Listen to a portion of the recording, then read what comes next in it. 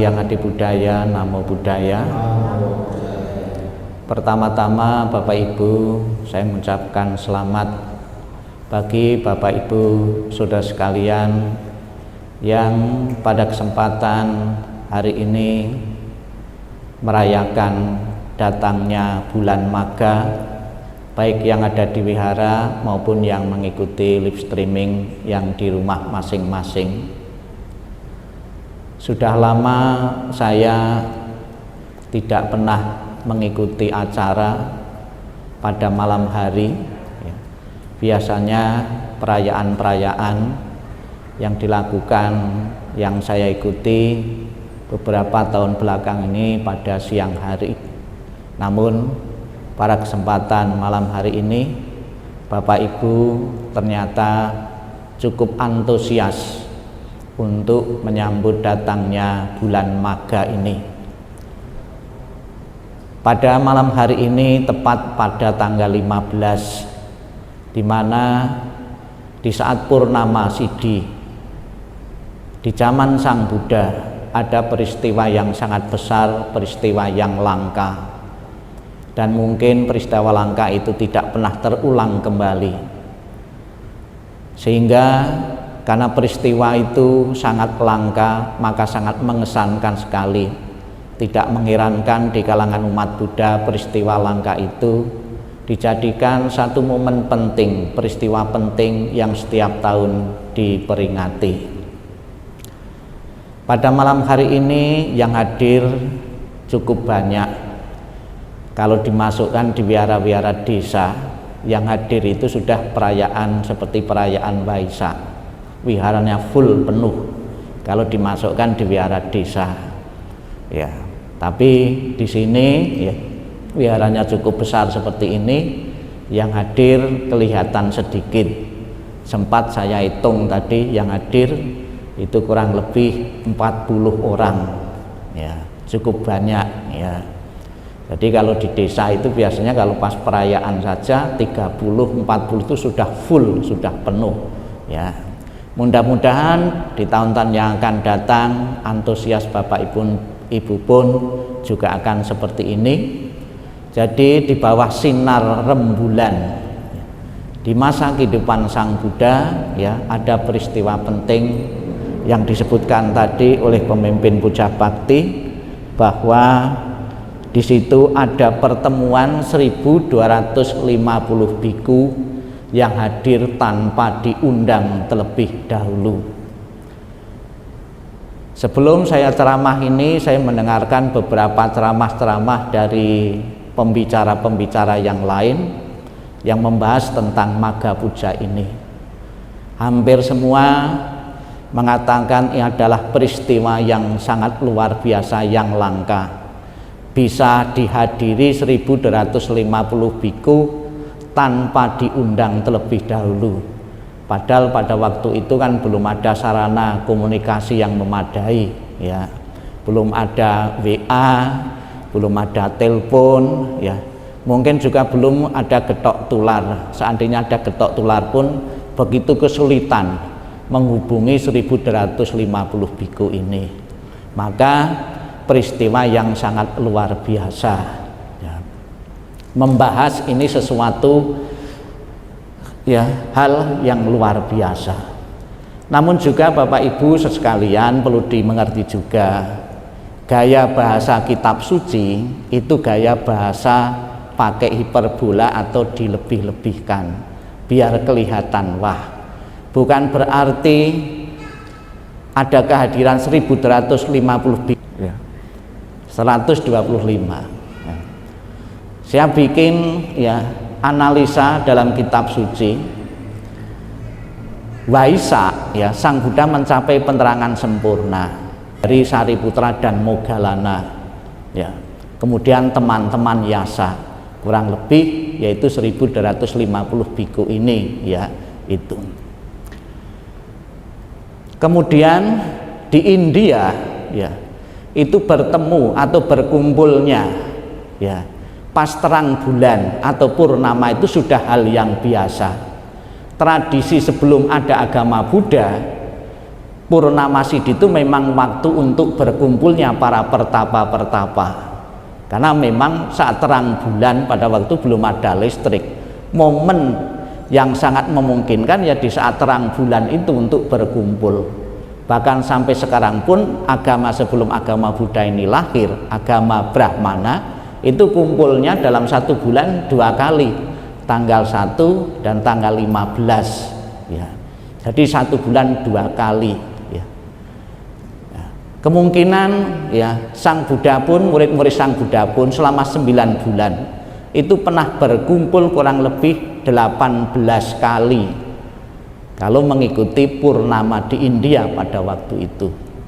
Namun di antara 18 kali ini mungkin yang paling banyak berkumpulnya ya ini saat di bulan Magha ini, pas bulan ke-9 setelah Sang Buddha mencapai penerangan sempurna, bulan ke-9.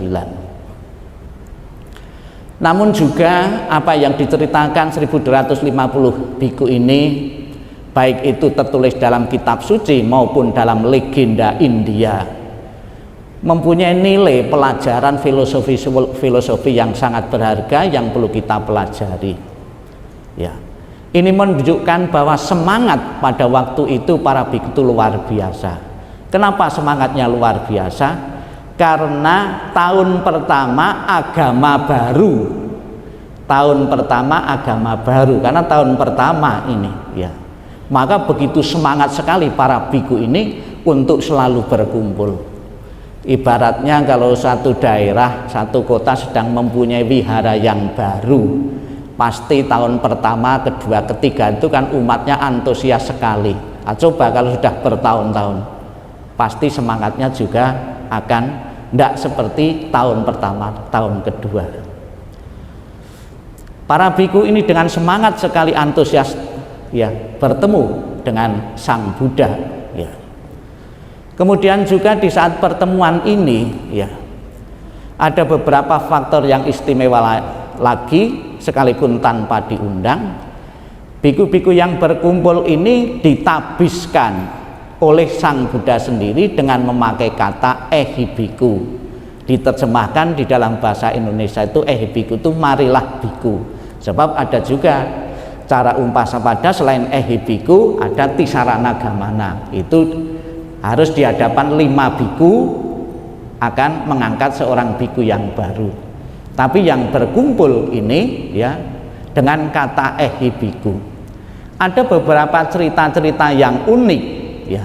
Di saat Sang Buddha mengatakan ehibiku marilah biku ini, misalnya saja ya ada umat awam ya biku ya, umat awam mau oleh Sang Buddha dikatakan ehibiku. Yang tadinya itu rambutnya gondrong, begitu ehibiku rambutnya rontok sendiri, pelontos sendiri. Yang tadi pakai pakaian biasa, langsung pakaian biasa itu disulap jadi jubah ya. Bapak Ibu percaya cerita ini?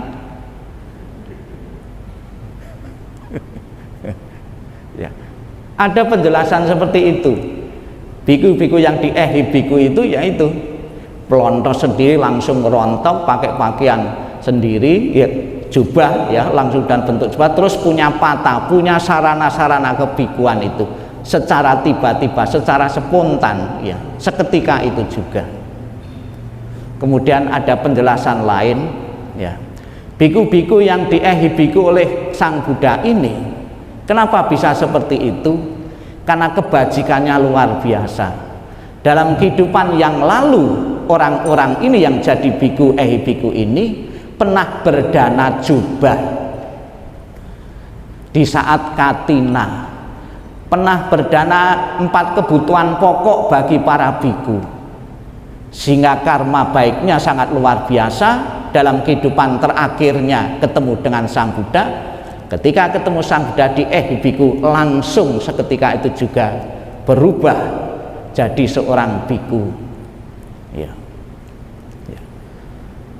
Ya mungkin kalau seperti apa hewan yang langsung bisa berubah itu bunglon ya, seperti bunglon ya, ya. Ya. langsung seketika itu jadi kuning pakaiannya. Itu sangat luar biasa dalam cerita ini ya. Berbeda dengan sekarang ya. Kalau sekarang seseorang mau jadi biku yang harus dicukur ya, dan juga harus izin dulu. Pada waktu itu tidak perlu izin juga ya. Karena peraturan izin orang tua tidak ada, belum ada pada waktu itu. Orang yang berniat menghadap Sang Buddha langsung jadi biku ya.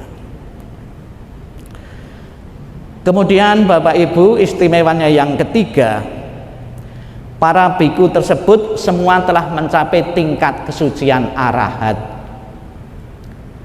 Maka tidak mengherankan karena mereka itu sudah paham betul, sudah mencapai tingkat kesucian arahat.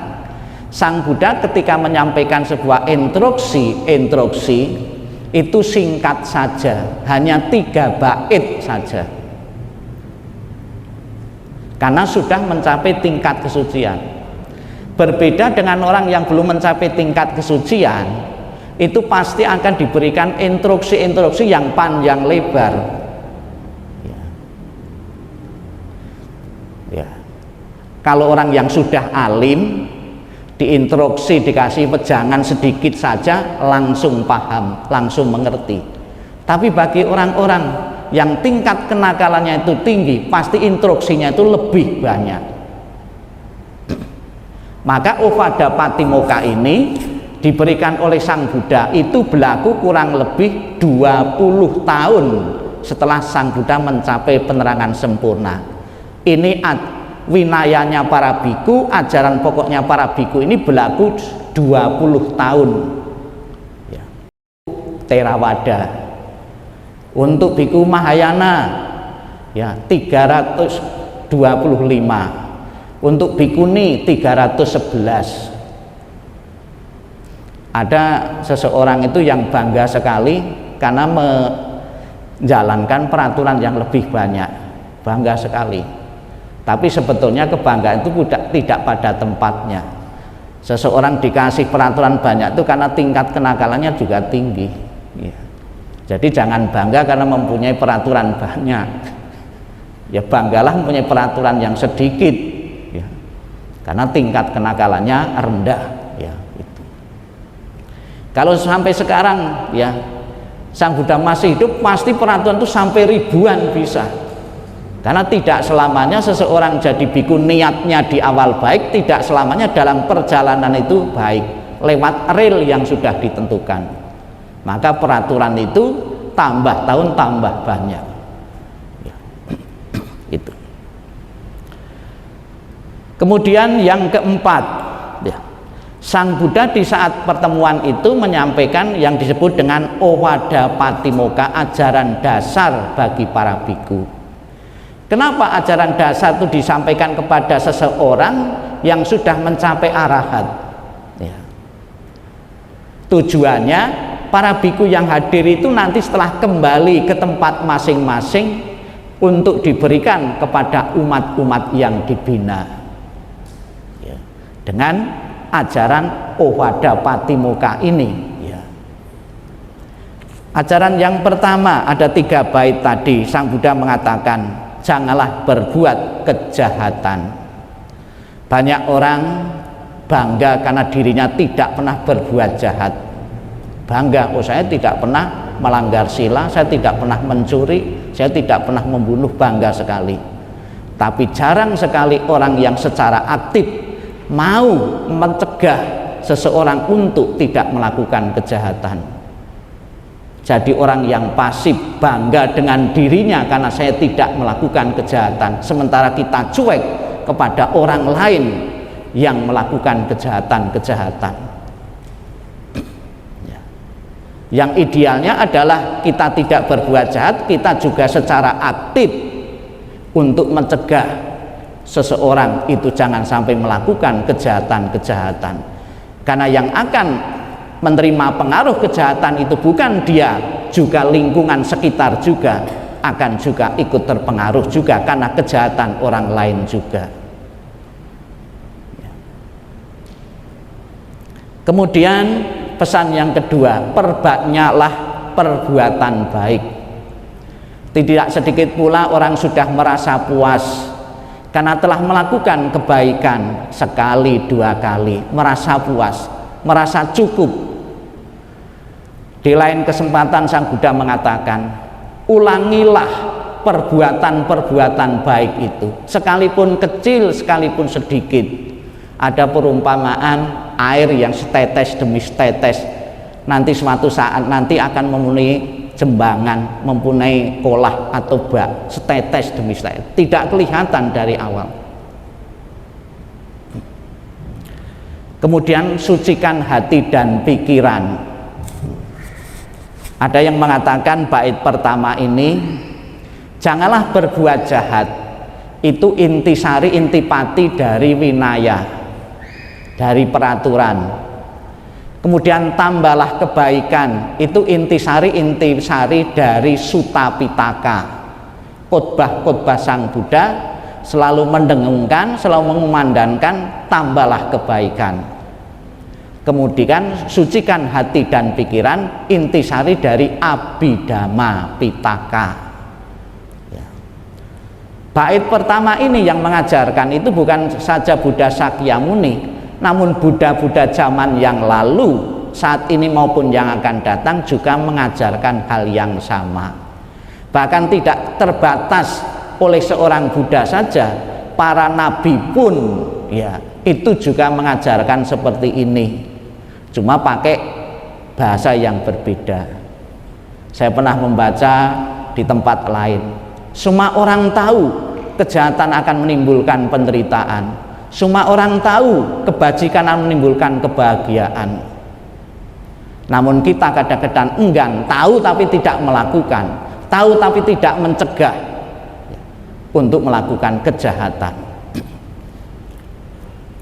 Kemudian yang bait yang kedua, Sang Buddha berbicara tentang kesabaran. Sang Buddha mengatakan, kesabaran adalah cara bertapa paling baik. Sang Buddha bersabda, nibbanalah yang tertinggi dari semua. Bila bukan pertapa yang menindas orang lain, bila bukan pula pertapa yang menyebabkan kesusahan orang lain. Kesabaran adalah kunci keberhasilan seseorang yang menjalani laku spiritual. Ya. Misalnya Bapak Ibu latihan meditasi, ya. Waktu pertama mungkin kita banyak kendala, dari fisik saja sudah semutan, ya, sudah bosan, sudah jenuh, ya. Coba dijalani bertahun-tahun tapi rutin, itu baru ketahuan manfaatnya. Kalau saya bukan meditasi yang duduk diam, saya juga ndak tahan juga. Saya biasanya keliling-keliling nenfo atau Om Mani Padme Hum atau Amitofo Amitofo, ya. Itu setelah bertahun-tahun baru terasa nilai manfaatnya. Itu juga seperti objek meditasi, ya. Om Mani Padme Hum, Om Mani Padme Hum, atau Namo Amitofo Amitofo Amitofo Amitofo, ya. Bisa juga pakai tasbih, tapi kadang-kadang kalau pakai alat itu juga terikat juga. Begitu tasbihnya itu tertinggal, kita lupa, tidak pakai, kita buyar juga, karena sudah terikat juga dengan alat, ya. Ya, banyak cara untuk melatih diri bagaimana kita itu bisa berhasil, yaitu dengan kesabaran, ya. Kemudian bait yang ketiga, tidak menghina, ya. Tidak sedikit karena kita merasa kaya, merasa tinggi, merasa pandai, ya, merasa mampu, kita meremehkan orang lain, ya. Ini pasti akan ditujukan kepada masyarakat luas, ya. Ajaran ini ketika disampaikan para arahat untuk dibawa ke daerah masing-masing, ajarannya tidak menghina. Kemudian tidak melukai, mengendalikan diri sesuai dengan tata tertib. Ini penting sekali juga. Makanlah secukupnya. Tidak sedikit, sekalipun kita sudah melatih diri sebagai rohaniwan, kadang-kadang kalau ketemu makan enak, itu juga pengendaliannya itu kurang juga. Masalah makanan ini, kalau zaman dulu itu orang sakit itu karena banyak yang kekurangan makan. Kalau sekarang banyak orang sakit karena kelebihan makanan. Ya. Ada yang mengeluh di saat puasa, enak ya kalau jadi orang kaya itu puasa kan gitu. Kemudian orang miskin ini tak. Kalau di saat puasa itu sebetulnya enak jadi orang miskin di saat menjalani puasa. Contohnya orang miskin menjalani puasa ya tidak makan itu mengurangi makanan satu macam saja. Nah, kalau orang kaya suruh mengurangi makanan yang bermacam-macam itu penderitaannya luar biasa. Suruh mengurangi 4-5 macam, coba kan menderita sekali. Tapi kalau orang miskin, kalau suruh mengurangi satu macam, 2 macam saja sudah terbiasa. Ya, itu. Jadi makan secukupnya. Kemudian hidup dengan menyepi dan senantiasa berpikir luhur, itulah ajaran semua Buddha. Jadi Buddha-Buddha zaman lalu pun juga mengajarkan ajaran seperti ini. Buddha-Buddha yang akan datang pun juga mengajarkan seperti ini, yang seperti dalam 3 bait ini. Pada malam hari ini kita bersama-sama berkumpul ya untuk diingatkan kembali tentang ajaran dasar ini. Saya yakin Bapak Ibu di dalam benak Bapak Ibu ketiga hal ini sering kita dengar, pasti hafal. Kalau diadakan kuis pasti Bapak Ibu bisa menjawab. Apa inti ajaran Sang Buddha? Langsung, jangan berbuat jahat, tambahlah kebaikan, sucikan hati dan pikiran. Pernah ada seorang ya raja itu mendatangi seorang pertapa ya. Mengira pertapa ini punya ajaran yang boleh katakan luhur, bagus, kemudian panjang. Apa ajaranmu? Jangan berbuat jahat, tambahlah kebaikan, sucikan hati dan pikiran. Ternyata jawabannya itu tidak terduga. Kok sederhana sekali ajarannya? Iya memang sederhana sekali, tapi banyak orang yang sudah berumur 70-80 tahun pun masih banyak yang kesulitan untuk mempraktekkannya. Orang yang sudah berbau tanah pun bisa melakukan pencurian, bisa melakukan pembunuhan ya. Jangan berbuat jahat. Kalau di dalam Buddhis, jangan berbuat jahat, tambahlah kebaikan. Itu melalui 3, melalui pikiran, ucapan, dan tindakan. Kita berpikir iri hati, dengki ya kepada orang lain, itu juga melakukan sebuah kejahatan melalui pikiran. Kita mengembangkan welas asih, cinta kasih, meditasi ya, itu sudah berbuat baik melalui pikiran. Kita menyebarkan berita-berita yang belum terbaca, ternyata itu berita bohong, sudah melakukan kejahatan melalui jasmani kita, melalui tangan kita. Dan masih banyak lagi hal-hal yang lain yang kadang-kadang sepele kita lakukan, tapi menimbulkan pengaruh yang sangat luar biasa ya. Bapak Ibu saudara sekalian yang saya hormati, kemudian yang selanjutnya, para arahat yang telah berkumpul tadi semua mempunyai kekuatan abinya atau kekuatan batin yang luar biasa. Seperti apa kekuatan batin itu? Misalnya saja kekuatan batin bisa membaca pikiran seseorang. Misalnya saja Anda datang mau konsultasi ya. Tidak usah ditanya ya, kita sudah langsung memberikan jawaban karena sudah bisa membaca pikiran seseorang. Ini juga bagus juga kemampuan itu dikembangkan ya.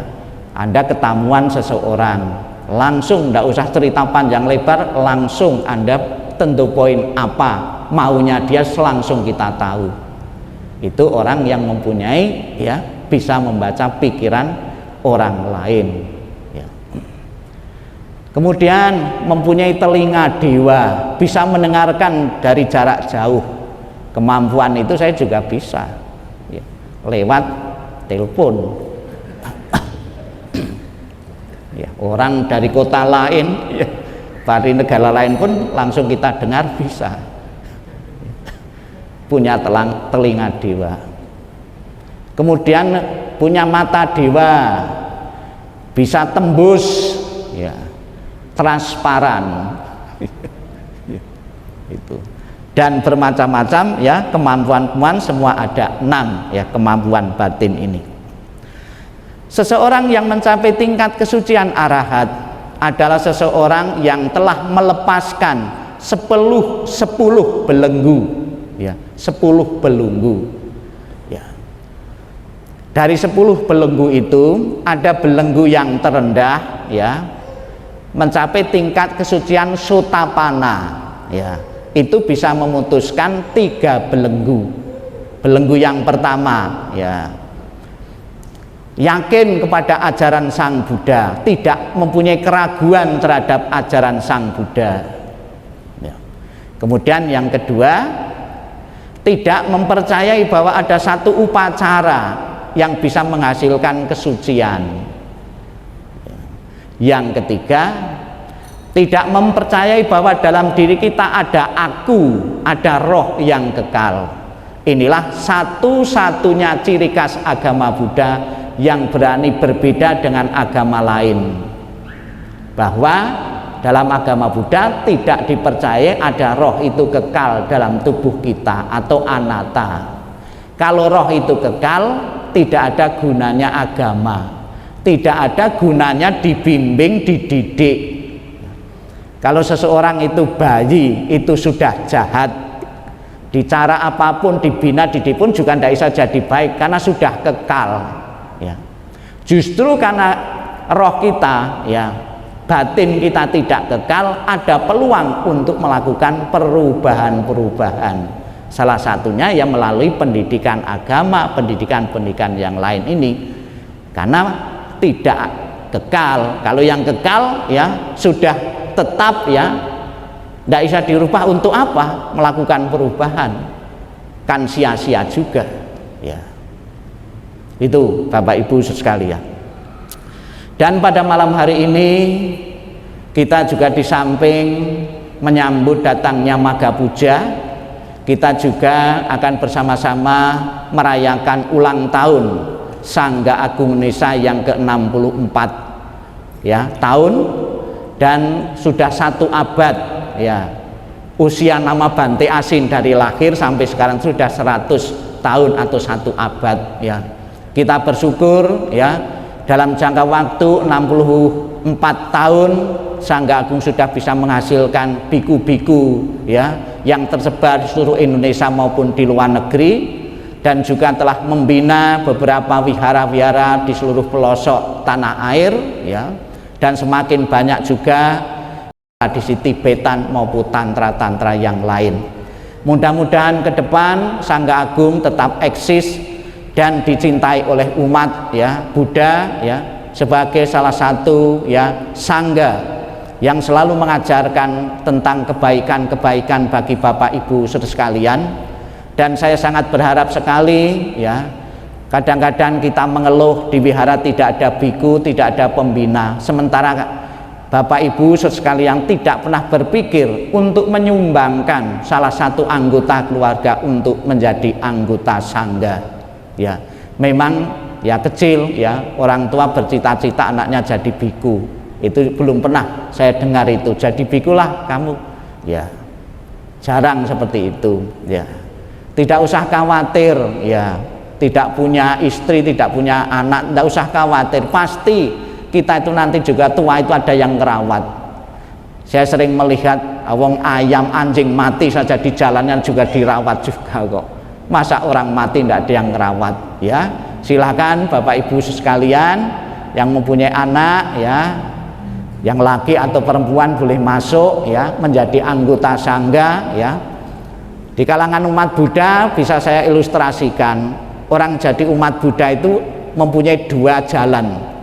Yang pertama pakai jalan biasa, itu umat awam. Yang kedua pakai jalan tol. Kalau jalan tol itu sampainya itu jauh lebih cepat ya, tidak ada halangan ya. Coba kalau jalan biasa banyak kanan kiri gangguan itu, tapi pakai jalan tol seorang biku akan mudah sekali mencapai tujuan ya. Demikianlah Bapak Ibu sekalian yang saya sampaikan. Semoga dengan peringatan Maga Puja ini Bapak Ibu disegarkan kembali tentang ajaran pokok, ajaran dasar Sang Buddha yang Bapak Ibu harus pahami setiap saat dan praktekkan dalam kehidupan nyata sehari-hari. Sadu, sadu, sadu.